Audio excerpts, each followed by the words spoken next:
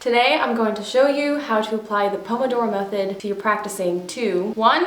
Improve the quality of your practicing, and 2. Improve the consistency of your practicing. So let's get to it.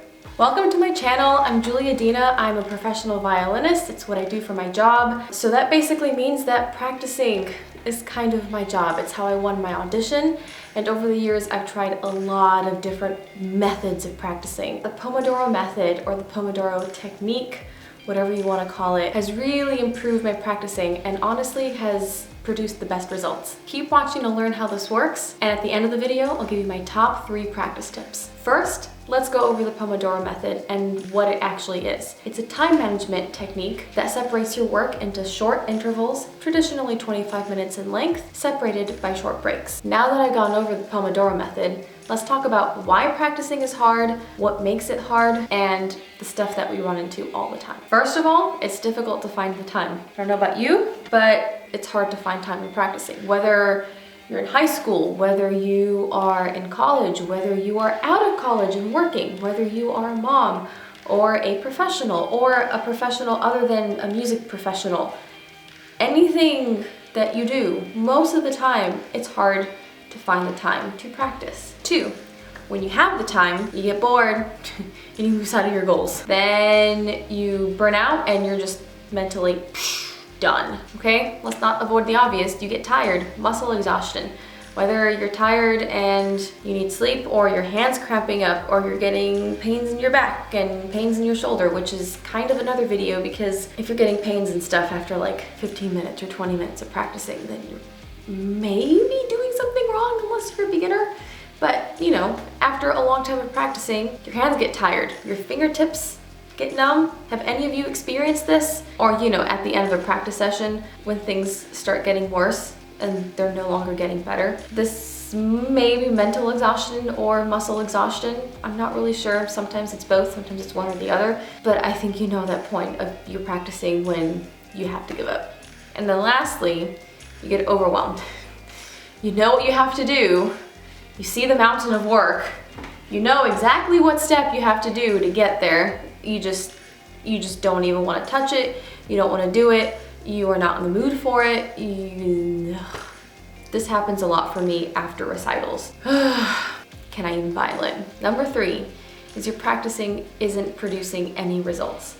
You might be practicing 1 to 2 hours a day and it's not getting better. You're consistently putting in the practice. You're spending time, as much time as your teacher is telling you, but every single week your lessons are not any better, your improvement is non-existent, and your progress is completely stagnant. Number 4, you don't know how to practice. Violin lessons are usually about how to play the violin, and sometimes you never get taught how to practice.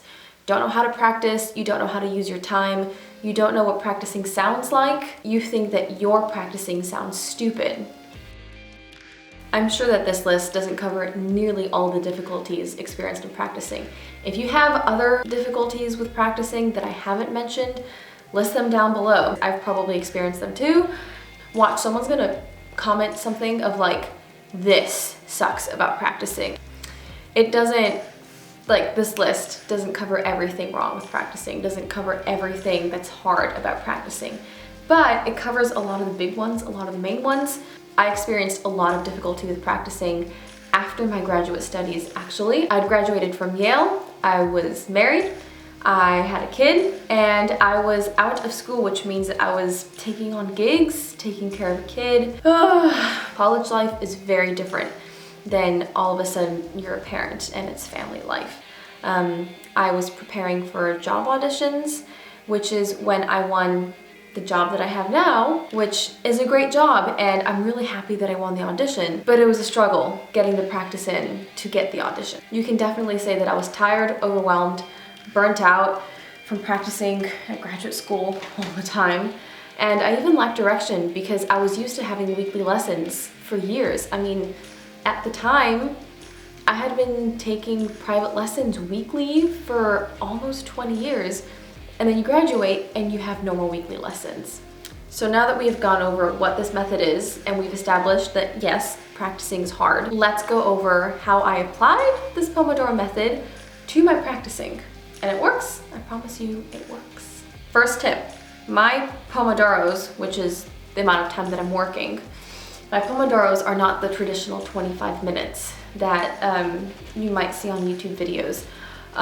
Or if you look up the description of this method, I don't do the 25-minute intervals. I do 20-minute intervals. The reason being is because of busyness, and usually also because of unpacking, packing, and the mental block sometimes that comes with practicing. I do 20 minutes.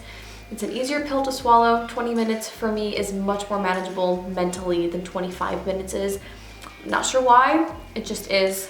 That's what I do. If you want to do 25, go right ahead. The other thing is 20 minutes. If I do 3 Pomodoro sessions, then I've practiced for a full hour. 25 minutes, if I practice twice, that's 50 minutes. And I practice another 3 times, it's an hour and 15. And then another time, that's an hour and 40 minutes. And then I practice the 4th time, 25 times 4 is 100 minutes, which is an hour and 40 minutes. So at least for me, like none of those numbers are satisfying really, but at least with 20 minutes, I practice 3 intervals, that's an hour. I practice 6 intervals, that's 2 hours. Maybe I'm just OCD, I don't know. But the 20-minute interval, just so I know mentally how much I practiced, is just better. I like it better. But if you like 25, it's no biggie. Next point, number 2, I don't always stick with the whole, you do 4 Pomodoros and then you take a big break and you do some more. I don't do them back to back. Now, if I do randomly have a chunk of time for 6 hours, then yes, I do them back to back, but it's rare that I don't have my son to watch over. He's not yet old enough to be in school, and I have dogs who sometimes need to be let out, and sometimes that gets in the way of things, or you know, I have work to do, and sometimes I just don't have a huge amount of time to devote just to violin. I wish I did. I miss the times when I did, but that doesn't happen all the time. I definitely don't have that time every day.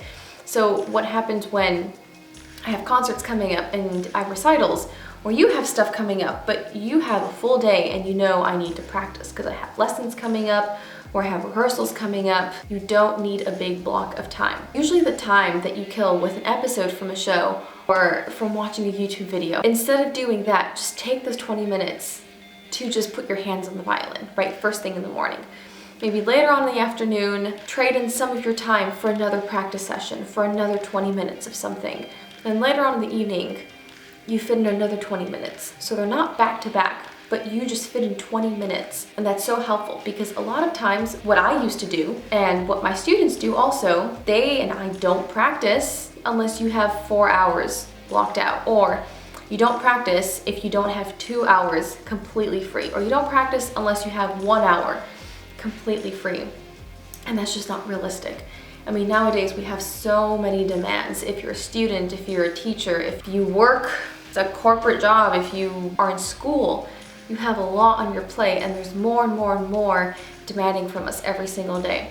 And so sometimes you don't have 3 to 4 hours just to yourself to practice. So instead of saying, well, I'm not gonna practice because I don't have 8 to 10 p.m. free tonight anymore, or I can't practice because now I have a dentist appointment during the time that I was going to practice, just do 20 minutes. Just do the 20 minutes. Maybe you don't think it's worth it, but it is worth it. Just do the 20 minutes. Get your hands on the violin, it will help with your consistency. Any teacher would tell you that they would much rather you practice 20 minutes every single day as opposed to like 3-hour chunk on Sunday right before your lesson. For the majority of the week, you didn't practice, so your hands get stiff, and the majority of that 3-hour chunk is your hands getting reacquainted with the violin, getting warmed up. On the mental side of things, you're trying to remember what you were doing in the lesson. A lot of times, if you don't practice for 4 to 5 days, your fingers lose what you practiced the week before. Third piece of advice, decide on the task to be done. Duh, you're practicing, right? Like, what else would you have to decide on? I know that you're technically practicing, but get more specific than that. If you're taking lessons, your teacher probably writes in a notebook for you where they write down their expectations for you for each week. At the very least, they'll have written down the repertoire that you're practicing, or the sections, or just kind of big bullet points of what they would want you to do. If they don't keep a notebook, I would keep a notebook myself and write down big bullet points of things that I need to fix for next week.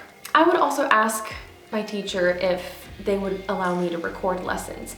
Not video necessarily, just audio, like a voice memo on your phone, where afterwards you can listen to the lesson and write down, again, bullet points of things that you need to fix for next week. Based on these notes, your goal for a Pomodoro session may be as simple as long tones, vibrato, this piece, that piece, an etude, or maybe as detailed as measures 35 to 37 intonation, overall second and third finger positioning in wolf arc, or memorization of the exposition versus the recap. If you don't currently take lessons, the way that you come up with these lists and a task list is to record yourself. Once a week, record yourself playing everything that you're practicing, or just record one of your practice sessions. You want to record yourself and take constructive notes. The notes should not look like, oh my gosh, this is so bad.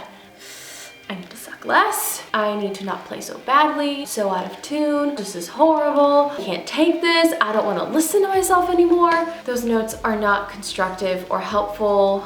They will not help you at all. They're just gonna make you want to put your violin in your case and not practice. I'm guilty of this. I think everyone is guilty of this when they listen to themselves play. In a recording, people just don't want to listen to themselves because a recording will bring out all of your flaws and all of your mistakes. That's why I'm telling you to record yourself and take notes. The notes should instead look like, okay, intonation in this area is an issue. Practice these two areas. The pacing is not so great. Oh, I thought I had fixed intonation here, but it's not fixed. I never realized that that octave was out.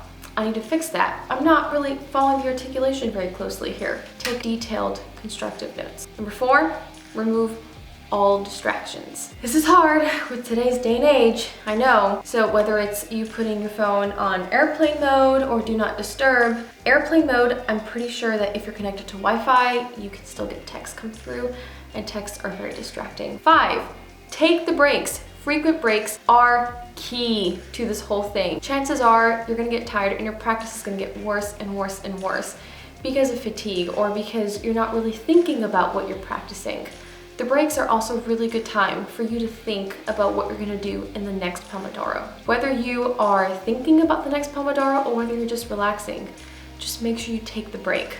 If thinking about practicing is too much, then for those 5 minutes or 15 minutes, just relax. Take a stroll, drink some water, go outside, enjoy some fresh air, take a phone call, something. Just make sure you take the break. No matter what level you're at, whether you're a beginner or a professional, this can help with your practicing habits. If you're a parent even, using a timer might help your child get consistent practicing in every single day. You practice until the kitchen timer goes off. You practice until Alexa tells you you can stop. Unless that happens, you have to keep practicing. This is the technique that helped me find the time as a new mom, wife, and teacher to help prepare for and win a job audition. As promised, I do have 3 tips. My first tip is use a kitchen timer.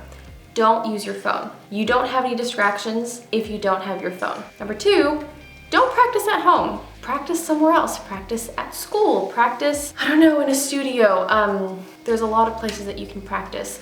Sometimes there are practice rooms. Sometimes there are school band rooms. Sometimes it is just somewhere away from siblings if you have them, from dogs. Sometimes I go to rehearsal a little bit early or a lot early to get to the stage earlier and practice. Number 3, use a practice journal to actually plan out your practicing. If you've never used one, if you've never planned out your practicing, stay tuned for the next video where I will show you how to set one up and use it. If this video was helpful for you, don't forget to comment down below. Let me know that it was helpful. Like it, share it with someone that you think it's gonna help. Subscribe to this channel, hit the notification bell. Oh Lord, are there any more things that I could say? I'll be coming back with more helpful practice, violin, musician, etc. tips in the future, so just stay tuned for the next video. Until then, happy practicing, and I'll see you later. Bye!